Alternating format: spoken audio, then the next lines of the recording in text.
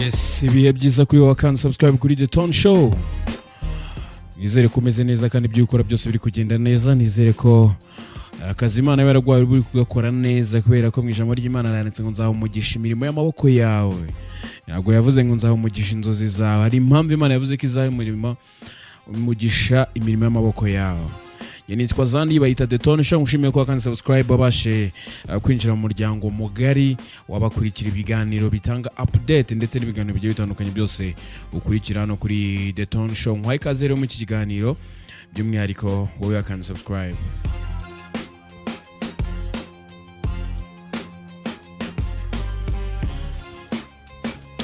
Tugiye kugana ku makuru y'imyidagaduro agiye atandukanye aho turaza kuzana mu Rwanda ariko tukaza no kunyarukira hanze y'u Rwanda naho tukareba ibiri kuvugwa. Ese ni ibiki naye makuru agezweho ni ibiki birimo biravugwa. Ariko mbere yuko dutangira twita twanzika nyemerera n'ubundi nkwereke uko tugiye kubigenza. Mbanze nkurangira ahantu ushobora gukura imodoka zo gukodesha, imodoka ziri comfortable kandi zigezweho. Imodoka nshyashya ni muri Premium Car Rental aho ushobora kubahamagara ukabooking imodoka ushaka muri weekend iminsi isanzwe.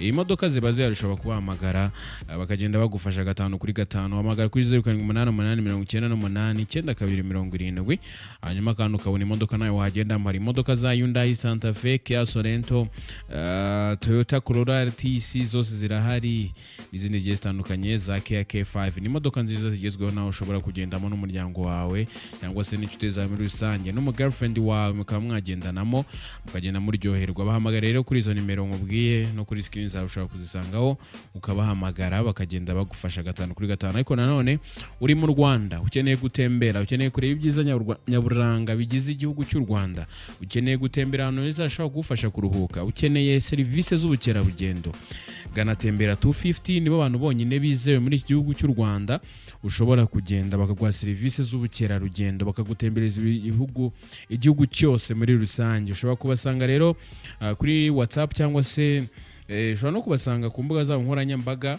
naho bariho nitembera 250 kuri Instagram, kuri Twitter n'andi agiye atandukanye. Ushobora kubandikira bakagufasha ariko nanone ushobora no kubahamagara kuri nimero isanzwe uri mu Rwanda 0781111010. Iyo nimero no kuri WhatsApp ushobora kubandikira bakagufasha 5 kuri 5. Reka twanzire rero mu makuru yacu y'imyidagaduro. Nkubwire yuko kuri uyu munsi rero ahangaha tuvuganira kabisa aribwo witwa Worizagwira Florier yabaye yitaba urukiko ku kuburana kwifungwa n'ifungurwa ry'agateganyo mu byaha 7 akurikiranyweho.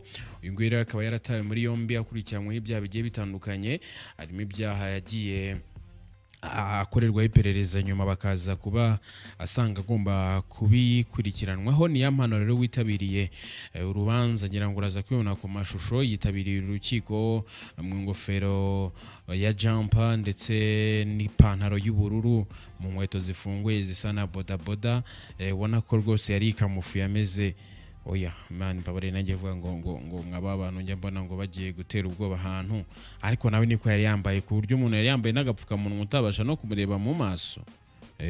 Jango uri kubona kuri screen zawe ntago ari byo kabisa. Ni umuntu witabye utabera, niba nta kintu wumva utakoranye ubushake bwawe wakabaye ugenda ugaragara mu maso. None niba arakoze ibyaha imiru bikurikiranweho, niba ntabyo wakoze jya mu rukiko bihakane cyangwa se utange facts z'uko ibyo byaha ntabyo wakoze.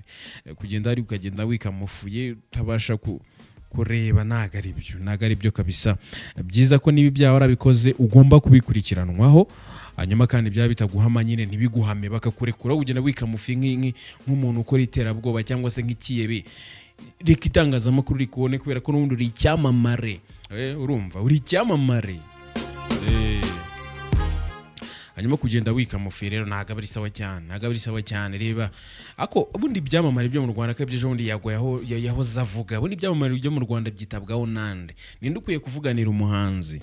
Kuko abanyamakuru bafite babyiza gute, bafite ihuriro ryabo cyangwa se urwego rw'abanyamakuru bigenzura RMC, ariko z'abahanzi babarirwaye bafite ministeri bashinzwe. Ariko se yego ministeri hari ibyo bafasha, hari ubufasha bahereza, ariko kubijyanye na protocole z'abahanzi umuhanzi ntago akwiye kuba ari umuhanzi mu gihe cyonyine atarekuwe. Oya atarekuwe, ahubwo ntago akwiye ko umuhanzi mu gihe gusa atari mu maboko ataraye nyine mu gihe ari free. Ubwo nicyo nshatse kuvuga niba biri kumvikana neza. Ntago umuhanzi ari umuhanzi mu gihe cyonyine ari guhanga, ari kuririmba, ari gukora ibitaramo n'ibindi byose nyine ari kumuvinga. No mu gihe ari mu maboko ataraye ari gukurikirana ibya runaka, yego hari ibyaha yaba yakoze agomba kubikurikiranwaho, ariko iyo protocol ubwo mu buryo yitabwaho kuzanwa mu rukiko bikwiye kuba ari ibindi bintu. Yego umunyabyaha n'umunyabyaha agomba kubikurikiranwaho, agira uburyo akurikiranwaho, ariko umuhanzi kwindi protocol. Nge niko mbitekereza, ni ibitekerezo byanjye bitakuraho iby'abandi, ariko kuza mu rukiko uri umuntu w'umuhanzi, mu influencer ufite izina riremereye nka ya mpano, ukaza usa n'ibandi mu bikweto by'ibibodaboda kwikamufura kuriya, abandi se ko batabyambaye. Nuko nye stili nyine uri mu influencer, ufite iyo fame, abantu barakuzi, so gerageza ugaragare no mu maso, uza abantu bakurebe n'ibyaha urabikoze biguhame, ufungwe, uhanumwe, ugororwe.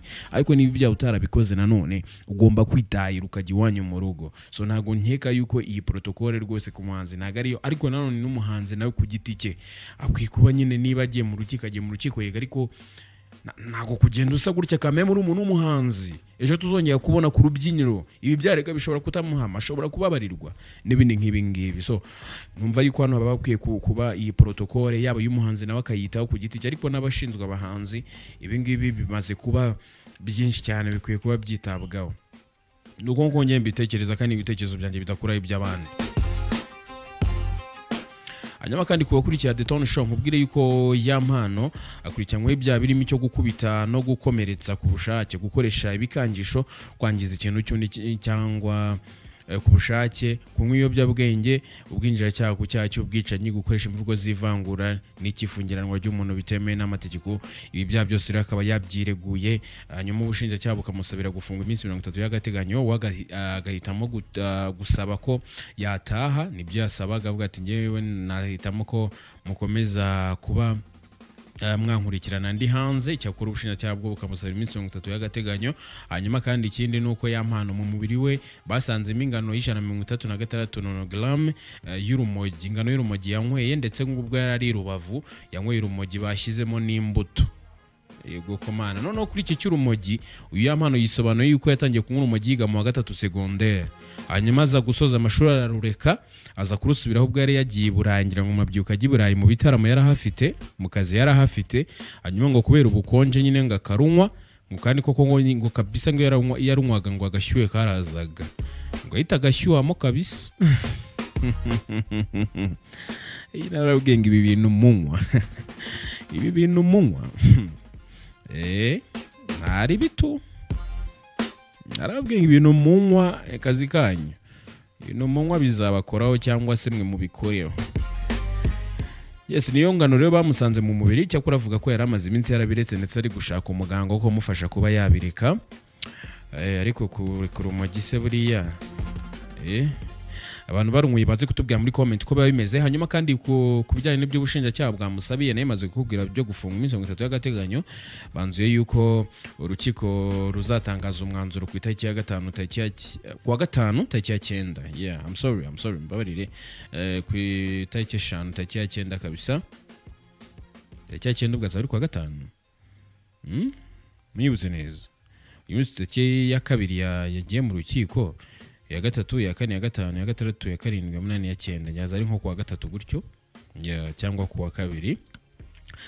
Nibyo ngibyo rero tariki ya 9 Kamena nibwo azaba asomerwa umwanzuro, saa 9 z'amanywa kabisa azaba asomerwa umwanzuro. Hanyuma kandi ngiye byanjye ntago bitinda, nyemerera n'ubundi wakanze subscribe kuri The Tone Show nkubwire n'andi makuru yuko mu mafoto atandukanye umuhanzi witwa France Mpundu abinjiye ku mbuga nkoranyambaga yasangije amafoto agaragaza ko yiteguye kwibaruka imfura ye we na Mokhtar.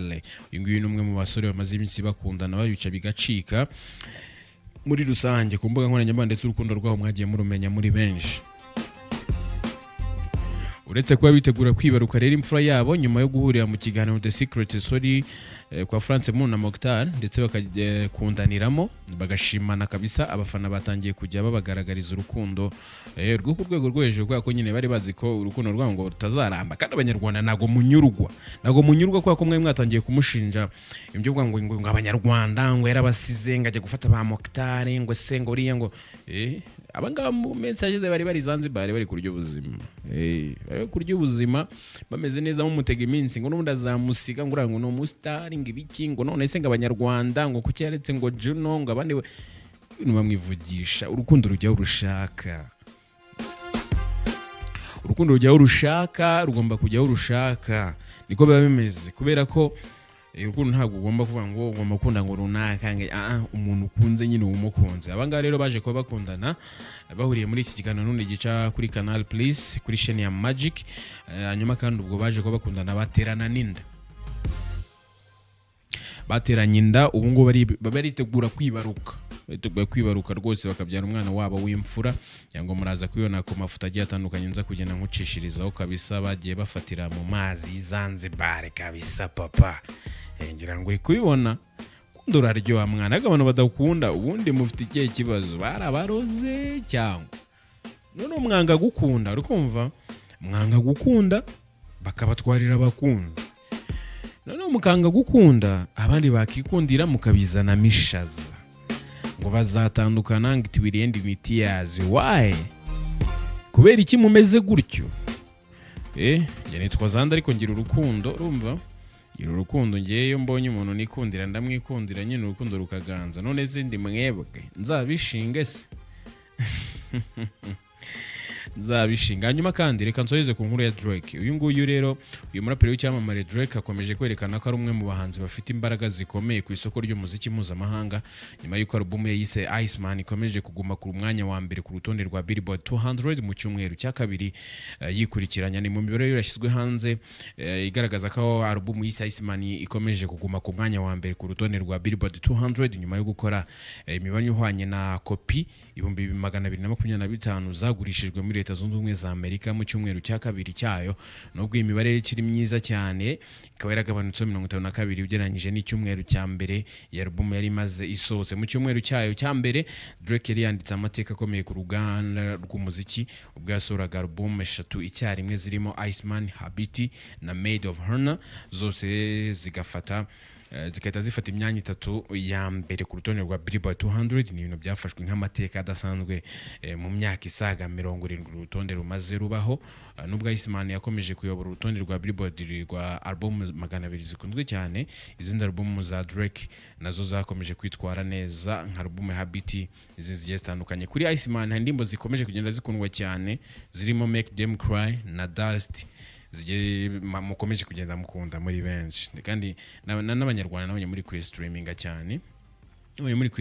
cyane which is good musique mwarasirimutse musique mwumva n'abanyamerika baraperi hako ni fresh ni fresh cyane kamushimire rero ni naho ngaho nsoreje amakuru y'imyidagaduro n'ingufitiye ariko ntago nagenda ntakwibukije n'ubundi kukeneye kuba watembera ibyiza nyaburanga bigize igihugu mu gihugu hose Kigali mu ntara ari ibintu byinshi byo gusura abanyarwanda nago dukwiye kujya Zanzibar nago dukwiye kujya Dubai tutarasura ibyiza nyaburanga biri mu Rwanda harimo za Twin Lake harimo Akagera n'ahandi henshi n'ahantu heza ushobora gutemberera rero ukeneye abantu bo kugutembereza nta bane muri tembera 250 hano nyine ushobora gusanga serivisi nziza hano nyine bashobora kugutwara ukagenda unyuzwe n'ibyiza bagenda bakwereka tembera 250 rero wabandikira ukabahamagara cyangwa se ukabandikira ku mbuga nkoranyambaga kuri WhatsApp bo wabona kuri 0781111010 iyo nimero kuri WhatsApp cyangwa se ukayihamagara hanyuma kandi ushobora no kuba wabona imodoka zi comfortable imodoka zo kugendamo neza ukagenda n'umuryango wawe cyangwa n'inshuti zawe no mu girlfriend wawe why not cyangwa se no mu boyfriend wawe imodoka zo gukodesha rero ntandi wazibona ni muri Premium Car Rental ushaka kuhamagara kuri 0788989270 bakaguhereza imodoka nziza zirimo za Kia Sorento, Kia K5, Hyundai Santa Fe, Toyota Corolla Itis n'izigiye zitandukanye zose hanyuma urugendo rwawe rukagenda neza ndagushimiye cyane komeze kugubwa neza komeze kuryoherwa n'ibihe byawe nitwa Zanda yibayita The Tone Show ntugenda kandi subscribe kugira ngo tubane umunsi ku munsi hasta la vista.